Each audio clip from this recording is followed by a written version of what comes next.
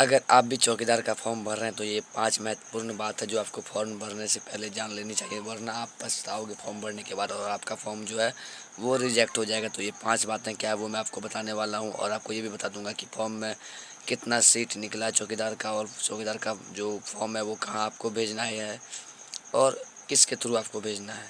तो सबसे पहले है कि फॉर्म कैसे भरें, अगर ये आपको पता नहीं तो ये वीडियो सिर्फ आपके लिए है।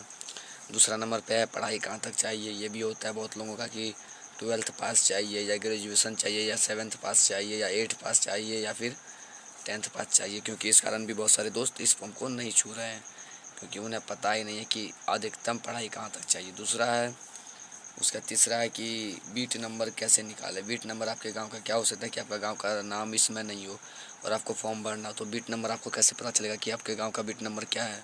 तो उसके लिए आपको ये पूरा वीडियो देखना पड़ेगा, फिर आपको वहाँ पता चलेगा कि बीट नंबर क्या है। और आप अगर आपके गांव में सीट नहीं है तो आप कहाँ से फॉर्म भरोगे जो आपका एक्सेप्ट हो जाएगा।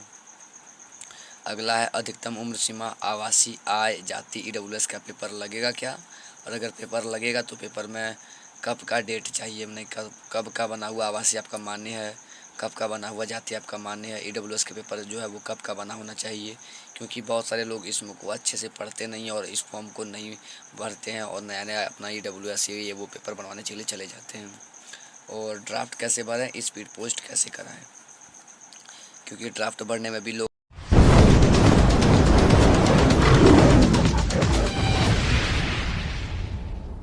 का गलती करते हैं जिस कारण उनका पेपर जो है वो रिजेक्ट हो जाता है।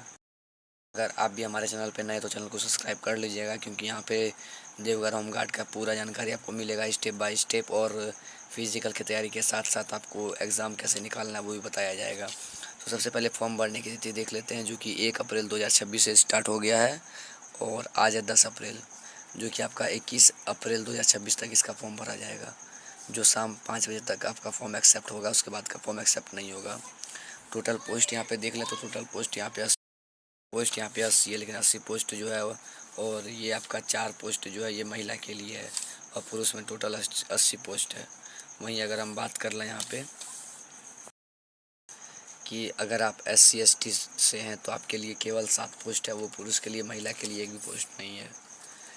अनरिजर्व कैटेगरी वालों के लिए 52 पोस्ट है और महिला के लिए 3 पोस्ट है, जिसमें 5% का आरक्षण रहने वाला है। अगला है OBC के लिए 4 पोस्ट है, EWS वालों के लिए 17 पोस्ट है और फीमेल के लिए 1 पोस्ट है। तो इसमें 5% का आरक्षण रहेगा। वहीं विकलांग कोटा के लिए 11 सीट रखा गया है, जो कि 52 में से 11 कटेगा। है कि यहाँ पे ये जानकारी हमने दे दिया कि सीट कितना रहने वाला है।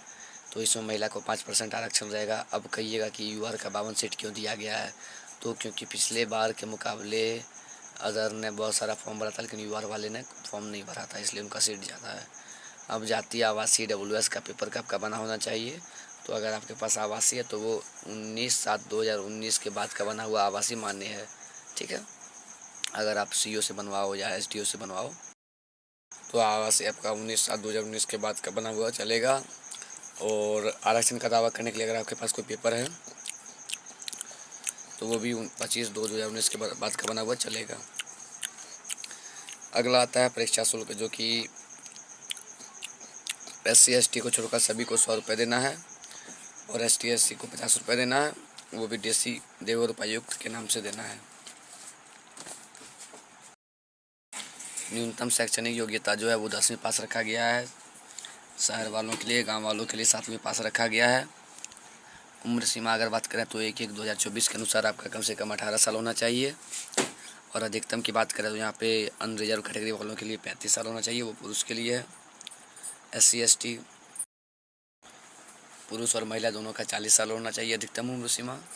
OBC वालों के लिए 37 साल है और महिला के लिए चाहे वो UR हो या OBC हो वो 38 साल रखा गया है।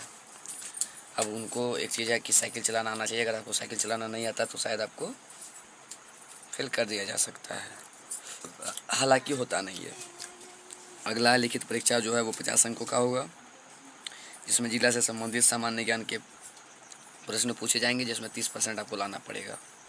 शारीरिक माप की बात करें तो ऊंचाई जो है UR रिजर्व कैटेगरी वालों के लिए 160 सेंटीमीटर है, OBC के लिए 160 सेंटीमीटर है, SC ST के लिए 155 सेंटीमीटर है और महिला चाहे कोई भी कैटेगरी का हो उनके लिए 148 सेंटीमीटर का हाइट रखा गया है।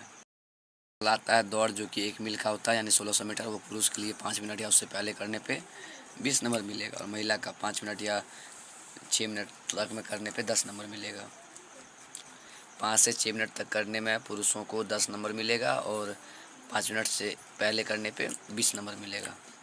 महिलाओं के लिए देखें तो यहाँ पे 8 मिनट या उससे पहले करने पे 20 नंबर, 8 से 10 मिनट करने पे 10 नंबर, और 10 मिनट के बाद करने पे वहाँ पे फेल कर दिया जाएगा, ठीक है।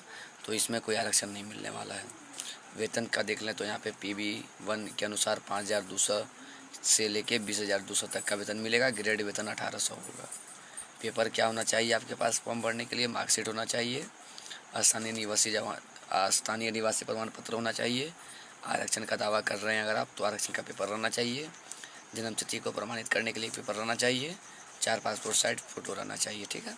इतना पेपर वहाँ पे लगेगा।